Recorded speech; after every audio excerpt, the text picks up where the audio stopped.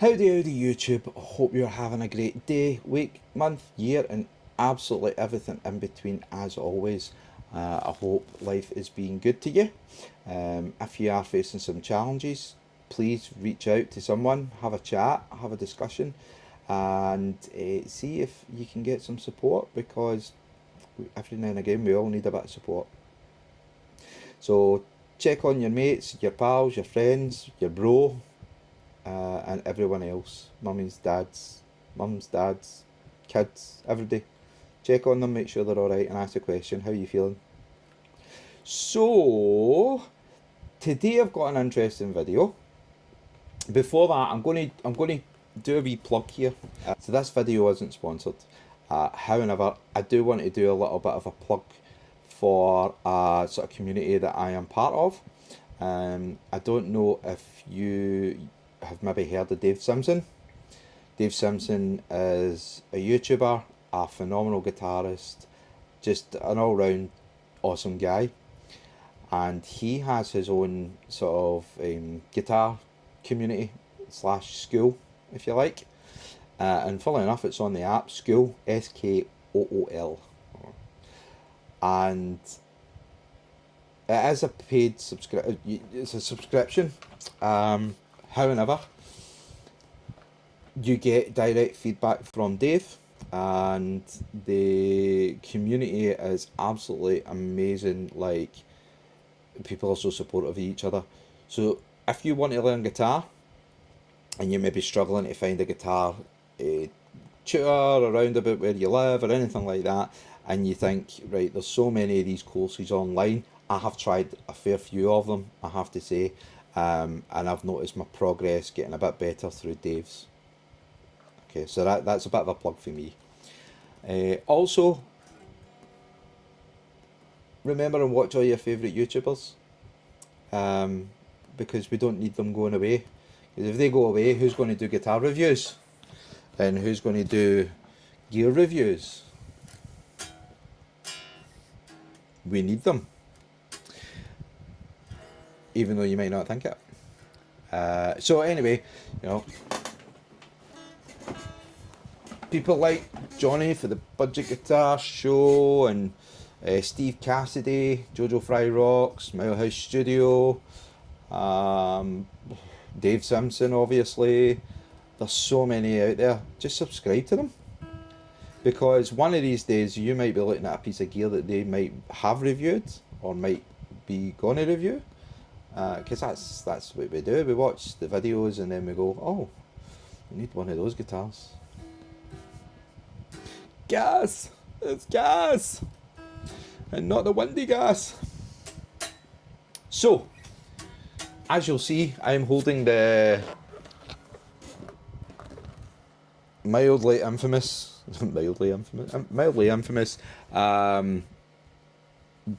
black Chilcat guitar that I got that resembles Hetfield's Gibson. I believe it was a Gibson Les Paul custom that was done in purple and yellow binding, although I don't think he uses it.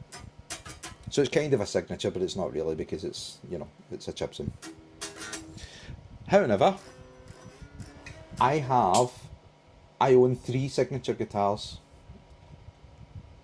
And for someone that at one point thought, I don't think I'll own a signature, there's not really any signatures that jumped out at me. All of a sudden, boom, boom, boom, over the last few years, there's been a signature. I'm like, I want that. There's another signature, I need that one. And then the sort of creme de la creme, shall we say, like the ultimate signature guitar for me, which you'll see at the end.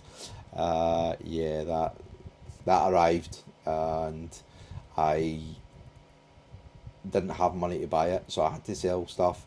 Spent ages lusting after this guitar, and eventually one came up second hand on the second hand market, and yeah, I had to jump at it.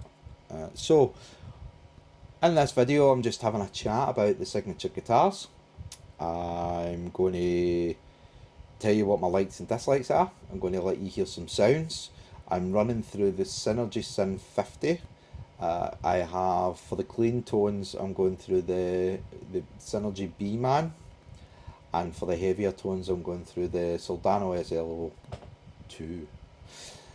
And yeah, let's get to it. Number one on the list is, so, the Adam Jones Epiphone Les Paul Custom, and it is the Queen Bee. I mean, come on, how cool is that? Is that not just a work of art? And we have a bee on the front, and this is pretty much single-handedly stopped my child from being frightened of bees. So there you go, 1-1. What do I like about this guitar? Right, so I know Epiphone got a lot of sort of shit. They essentially got a whole load of shit for people when they were bringing these out, right? And there was some excitement through the sort of Tool fan community. You could tell that people that were fans were definitely looking forward to the signature series that was coming out. Some liked the art, the Mark Ryden artwork, and some probably not so much, but they did obviously do the final one, which didn't have the artwork on it. People were talking about, how can Epiphone be charging these prices for this guitar? How can they be going up to like £1,000? I think it would have been 900 and something when they first came out. They were close to £1,000, and people were like, "Oh my god, it's so expensive an Epiphone." I mean, you could get a Gibson for that. And yeah, at the time you probably could. I don't think you can now, to be honest. Without, you could maybe get a studio that's a good number of years old and a wee bit of damage for around about the same price. But here's what I found. My second ever guitar, and I'll do a wee video on that at some point as well. My second ever guitar was an Epiphone Les Paul, and it was the Les Paul Standard, and it was shit. Now, when I got it, it wasn't shit because I hadn't really played the Les Pauls before, any Les Paul. I thought it sounded okay, it felt alright. I did find that at the time I was literally learning chords and stuff, so it was relatively simple stuff that I was learning on it. It wasn't until later when I started to get into guitars a wee bit more and gas hit, because we've all been there, haven't we? Let's face it. That guitar acquisition syndrome's a, God, so it is, it's a nightmare. Uh, so I started to play other guitars, and then when I went back to it at one point, and I thought, this is horrible. I can't believe I paid money for this guitar. Now, it looks apart, it's beautiful, you look at it, it's lovely. Um, yeah, for me anyway, I think it looks stunning. But to play it now, it's like, um, it was really a rubbish guitar. It didn't sound great under, through the pickup. The pickups were terrible sounding, and it didn't feel great in the hand. So, but I still have it. There's a nostalgia there, and I don't think I'll let it go because it was the first ever Les Paul that I owned, and to be honest, Les Pauls have always been in the back of my mind as one of the most beautiful looking guitars on the planet, and I still think that to this day. There's just something about the Les Paul, the coverage. I kind of fell out of love with Epiphone, and I was probably the same as most people when they were bringing out the Adam Jones Custom, and thought, you can't charge that amount. Like, you just can't. That's ridiculous for Epiphone, because you look at Epiphone, they are the wee subsidiary company for Gibson. Um, they can't be charging the same amount of money for a Gibson Les Paul Studio. Um, at the time, they were round about the same. Actually, I think you could have got one for less. You'd have got a Gibson SG round about the same price as well. Although I don't love those. I love the look of them, but I don't love them. So I was like, I'm never buying one. I just, I loved the look of it, the idea of it as well, the whole concept, the art piece and all that. I do like Tool. I'm a massive fan. No, not huge, but I do like them. And I was like looking at the guitar, and I thought it kind of grew on me, and I thought, well, I do like the Les Paul. I like the custom. I actually love the silver bust. I think it looks great. And then I started reading some of the specs. So you've got mahogany body, um, maple top, ebony fingerboard, and what else? Three-piece maple with a volute in the neck, which is cool. You've got a volute on there. It's great. Um, it's a Graphtec nut, which I believe is good. I don't think I've ever done a shoe with a Graphtec nut. Um, frets medium, 18% nickel silver. It has a 12-inch fretboard radius. Here's the thing, and I can't. I struggle to get my head around this. So, if you bought the Gibson Adam Jones signature, not the really expensive like custom shop one, it didn't come with the Seymour Duncan distortion, which I believe Adam Jones has in his guitar. It was a Gibson version of it, which is fine. It probably sounds just as good, if could maybe even sound even better. I couldn't get my head around that. I thought that's really bizarre. But so you've got that in here. You've also got an Epiphone ProBucker custom reverse mounted neck pickup. That actually sounds phenomenal. I really like the sound of that. Again, going back to the other Epiphone that I have, they have upped their game so much, people. Honestly. 2 volume, 2 tone, CTS potentiometers, orange drop capacitors as well. It's easy for me to say, isn't it? Epiphone Locotune Tunomatic, Loctone Tunomatic bridge. You've got the Black Speed knobs. I don't know, there's just... there's something... There's something that is really special about this guitar. Right, and let's break it down. You also got a really good hard shell case with it. So that was like the what do you call them? The chainsaw hard shell cases. They're not cheap. So in actual fact, you take the price out of one of those. Say we'll just go random, £120. You take that off.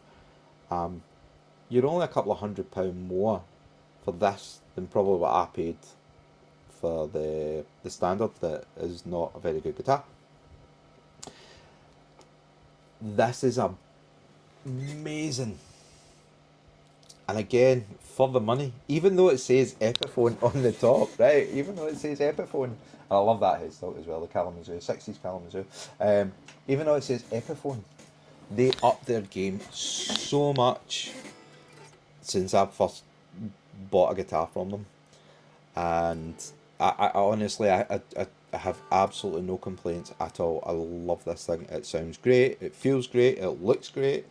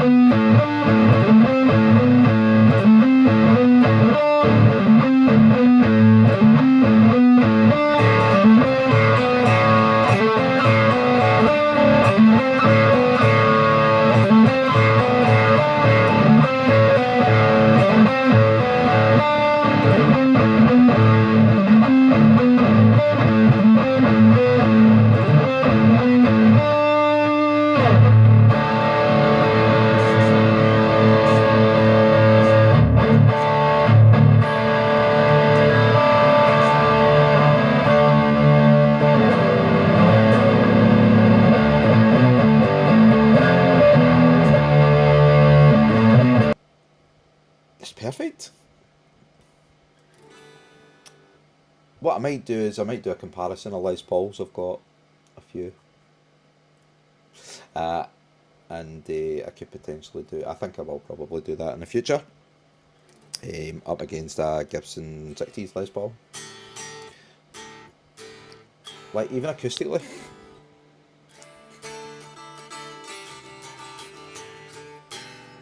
Action sits absolutely perfect.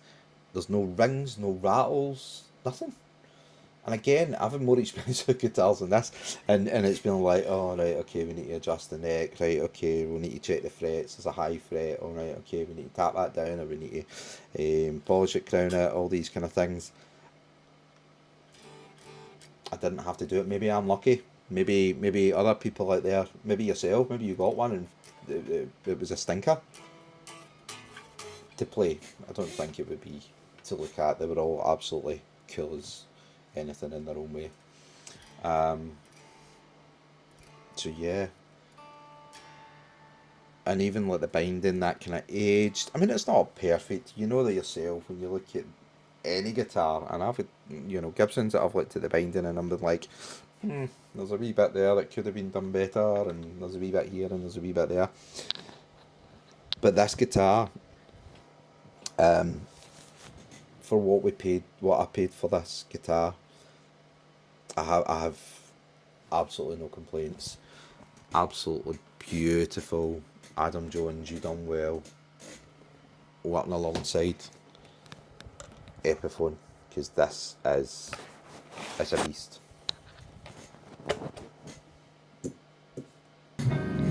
Good for guitar.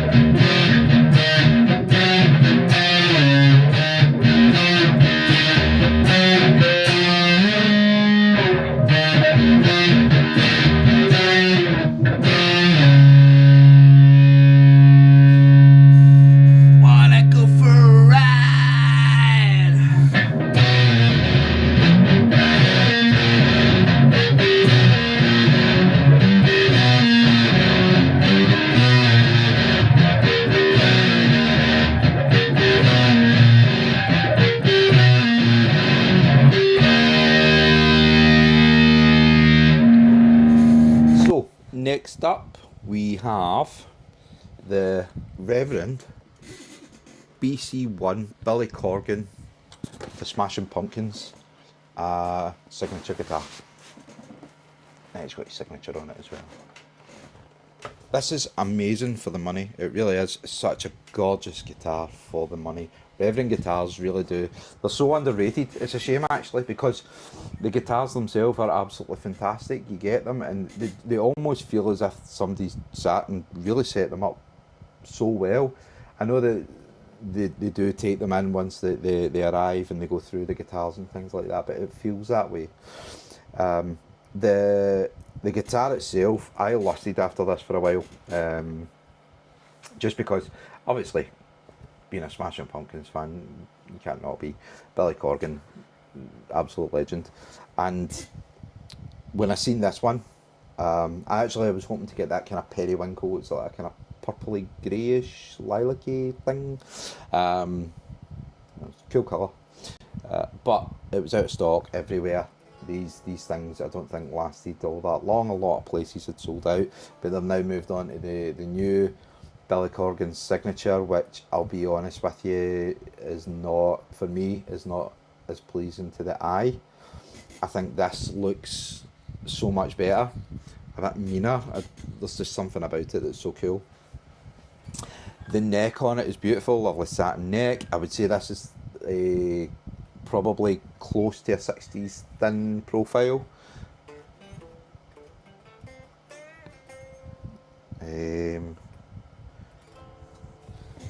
Sorry.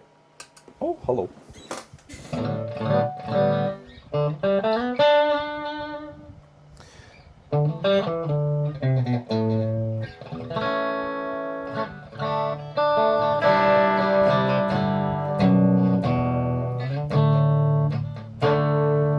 then we've got the bass contour knob at the bottom. Wee knob. That wee contour knob.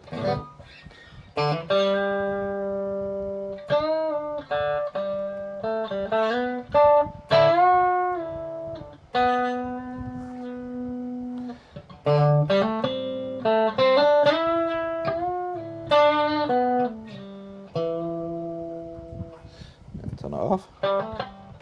So that's bass.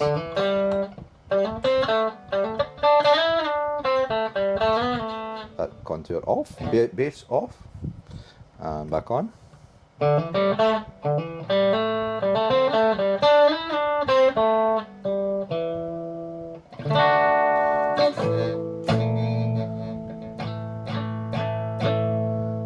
I love this guitar.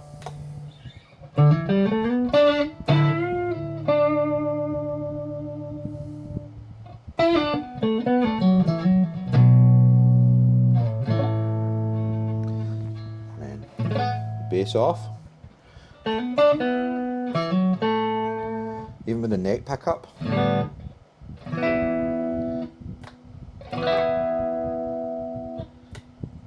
Middle.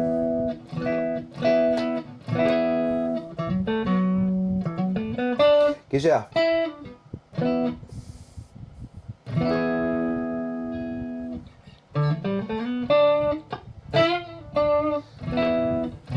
almost like a split coil. I don't want to say Stratty.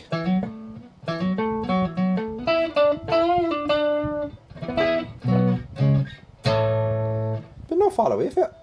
Oh, I got very high pitched there. I don't know why. Some guitars just do things to you, don't they?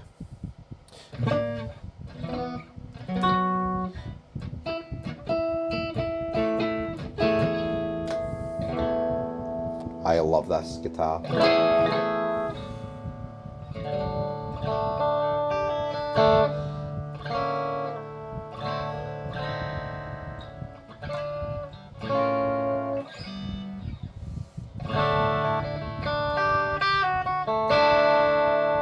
I absolutely love this guitar. It is absolutely phenomenal.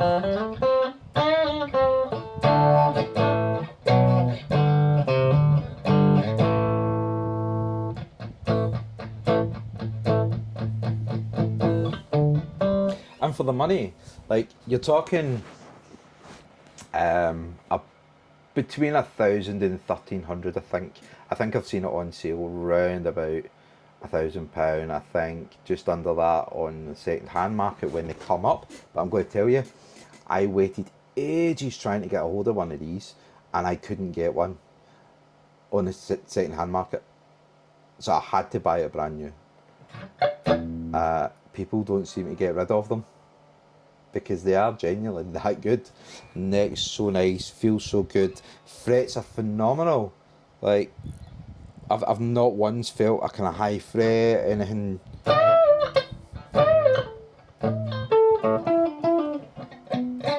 Sorry, that was my crappy playing.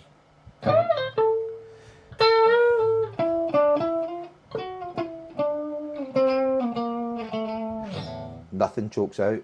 It's phenomenal. It's just such a good guitar.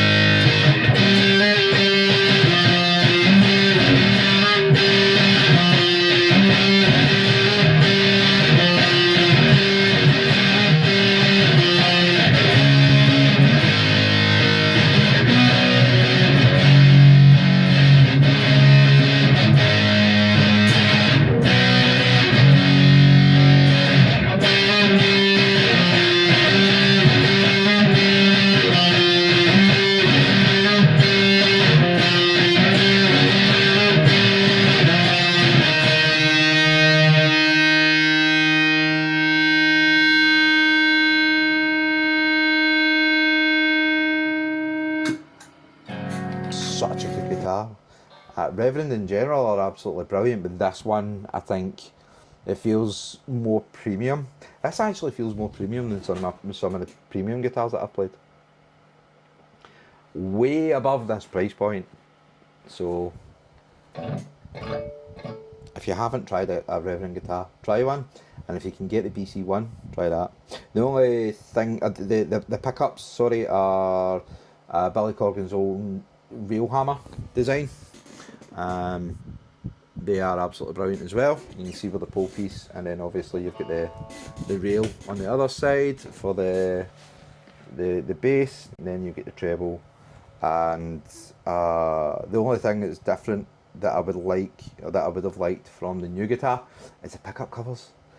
They were really cool because they're designed. And I know I'm like a child, but what can I say? But the guitar itself, I think this looks much, much better. So, tell me what you think. Have you got one? Have you played one? Yeah? Inquiring minds would like to know what your thoughts are on the Billy Corgan signature guitar. And the Smashing Pumpkins, for that matter. So, what is our third and final signature guitar? It is the Jack White Triple Caster. This is an absolute beast of a guitar. I bought that second hand, got a really good deal on it, and honestly it's magnificent. It sounds amazing, it feels amazing. It's not overly heavy, it's quite lightweight, and there's just so many features on it. Like, I suppose in a sense you could probably be guilty of like sort of not knowing where to start with a guitar because there are so many features. You know, we'll start off up at the tuning heads. Tuners, absolutely fine. They're just normal Fender tuners. However, you've got the short drop tuner. As if you flick at the back, you just flick that wee switch down and you drop into D, drop D tuning. Flick it back up and you go back into E. That's been quite stable, to be fair. I've found that's been fine. You know, you tune it up in E and then you kind of, it's a wee bit fiddly, and then all of a sudden it's fine. That, you know, it goes into the correct tuning. Come down. So the neck. Now I believe the neck is a soft V. It's referred to as. I would say it's a tiny bit chunkier than what I normally go for. I'm kind of looking more along the lines of like the Gibson Les Paul 60s. It's got a pretty thin neck. And a few other guitars that I've got that have got really nice thin necks. This is a bit thicker, but it's not baseball bat thick. Like, I'm finding it comfortable, you know. I don't feel like I'm, you know, trying to overstretch my fingers and struggling, you know, to get a good grip or anything like that on it. It's not causing me any major fatigue when I'm playing it. And actually, I would say, I don't know if it makes me play any better. I'm certainly not Jack White. I love Jack White, by the way. Take it back to the White Stripes. Years ago we went to see the White Stripes, and someone hit him in the face with a shoe. What a prick. And we all thought, right, you could hear the gasp.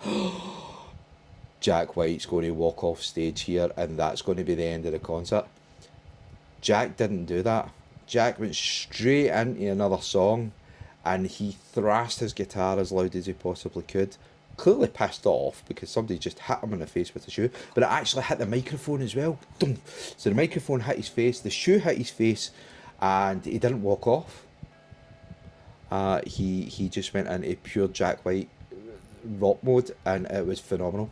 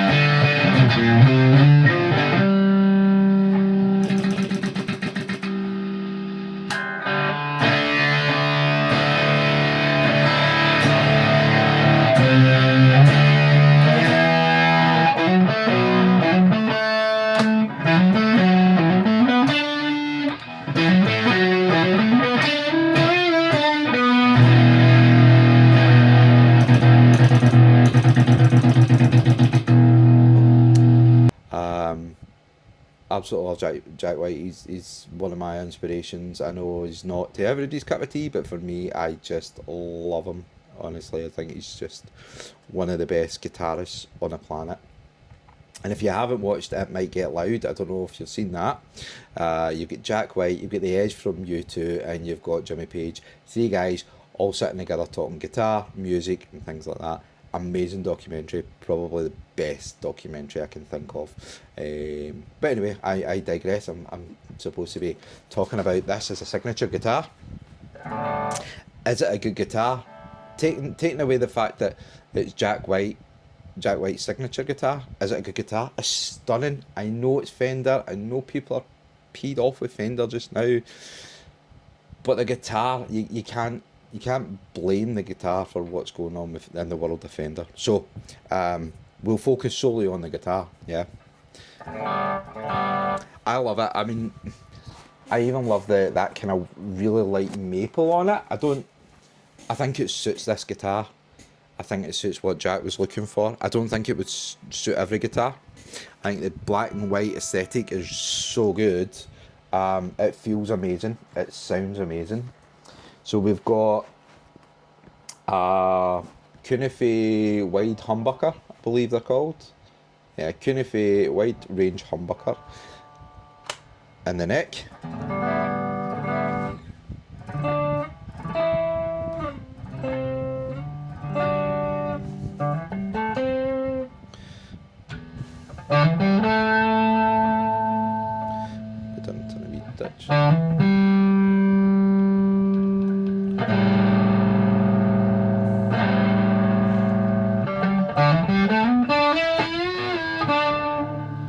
And then we have got in the middle, I'm sorry, I've got notes. I got notes. I know it's a single coil. It is the JW90 single coil, which actually looks like a humbucker initially. I take it it's like a P90.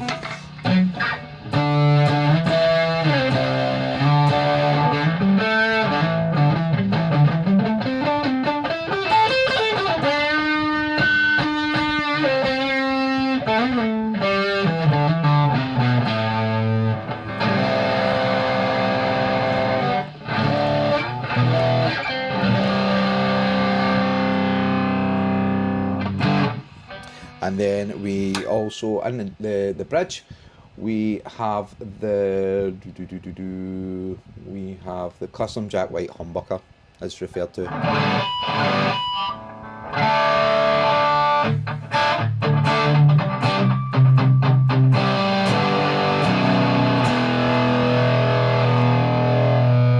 And then we also have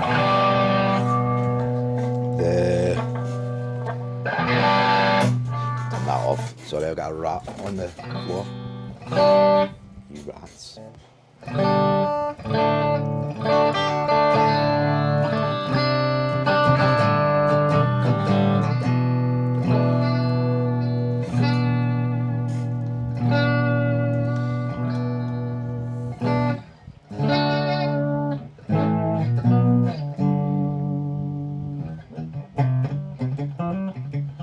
It's got a 12-inch fingerboard radius, 22 frets, medium jumbo fret size, and the scale line's 25.5 inch. The bridge is custom cut off telly bridge with a Bigsby B50 vibrato. A vibrato.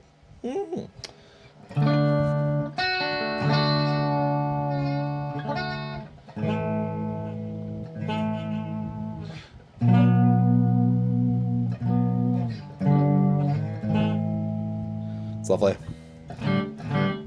Absolutely stunning.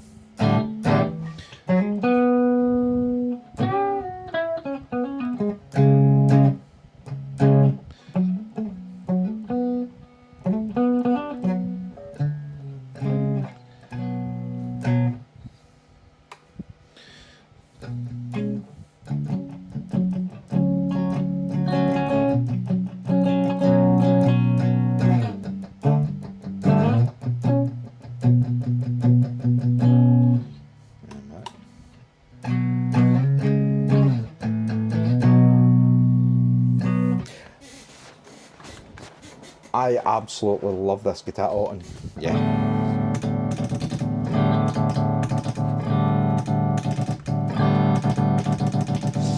You know, so much fun. So much fun in one guitar. I don't feel it's kind of overwhelming or that way that, you know, there's too much stuff going on in it. You know, there's plenty going on in it. Yes, but once you sit and play it for a little while, you get used to what you like about it and what you don't like about it. Maybe I'm struggling to find something that I really don't like about it, if I'm honest. Maybe again going back to the neck. For me, what I'm used to is just that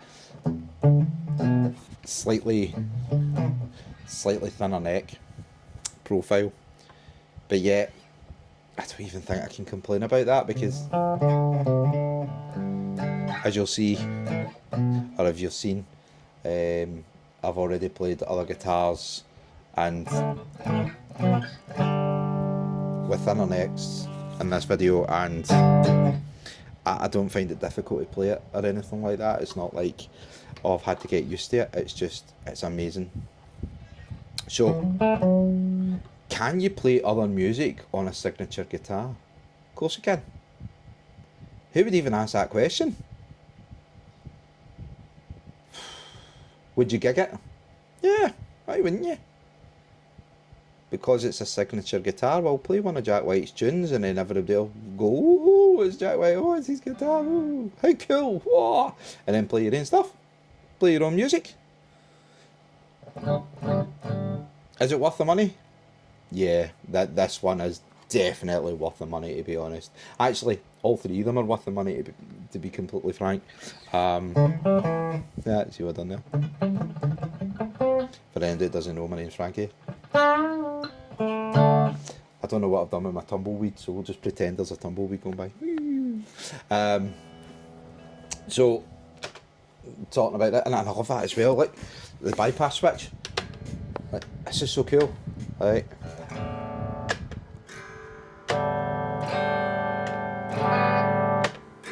Straight to mute. Into the middle. So, if I go into the middle, I can get the volume to exactly where I want. Right. And then if I just flick the switch at the bottom, it bypasses the electronics, so it's literally the pickup coming through. So cool. Well thought out, really amazingly thought out guitar. Jack White, you're a legend. I love this thing. This is a forever. It won't ever leave my side until I'm no longer here, and then my family can decide when they're doing it. Hopefully they'll keep it. Yeah, I think this is probably, I've got a few guitars that I really love, and I suppose again it was like I was laughing. I was watching it's a John Robson guitarist, and it was featuring Steve Cassidy, Jojo Fryrock, and Mile House Studio. So I was watching that video, and Jojo Fry was quite interesting because she was talking about anyone with more than 10 guitars that struggles to think that people will play all those guitars. I actually play my guitars when I get the opportunity. I haven't played guitar a lot recently because I've been really busy. But, you know, I like to pick up a different guitar every time I come up to play guitar. I'm like, and I do have a few that are favourites that will always be number ones, or, you know, the Gibson Les Paul's are number one. You know, although it has a lot of competition, and this, I found myself picking this up a bit more frequently, and really, really enjoying it. And as I say, you know, even the neck and stuff like that, it's gorgeous. If you were ever in doubt and you were thinking about getting one of these, find somebody that's got one, or get to a store that has one in stock and play it, and I guarantee you'll fall in love with it because it is just amazing. And I love the aesthetics on it as well. The aesthetics on it as well. They're really, really nice. Love the black on the white, the light maple and everything. Phenomenal guitar. A quick recap. Would you buy a signature guitar?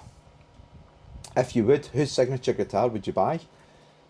Do you think that owning a signature guitar, you can play it live and play other songs that's not by that person. Do you think some signature guitars are too signature? As in, they're so recognisable. You know, it's not like maybe a Jimmy Page, Les Paul, where you could get away with people not realising. You know, you'll have a look at the three of those guitars are pretty distinct. Anyone that knows the sort of the artist will recognise that guitar probably belongs to them. And what's your favourite? Do you have a favourite? Did you like the sounds coming from any of them? Uh, Aye, get back and comment, like, please like. Loads of people are watching the videos, nobody's liking them. I'm starting to get an inferiority complex. I feel like I need to bring a tumbleweed back. So please do like, and yeah, I'm going to put a link to Dave's Guitar World that I spoke about at the beginning, because I really feel that anyone who wants to learn guitar and wants to be part of a community is a good community to be part of. Everyone is so lovely. You get one-to-ones with Dave himself as well, and he's so helpful, as you probably gathered. He's such a cool guy. So I'll put that in. And yeah, I really want to hear people's opinions on not only the guitar, the sounds, you know, do you think the amp played a big part in it? You tell me. And let me know what signature guitars you own. Because gas. Could be looking for another one in the near future. Just don't tell my wife. Anyway, lots of love. Take care of yourself. Take care of each other. And I will catch you in the next one. Bye.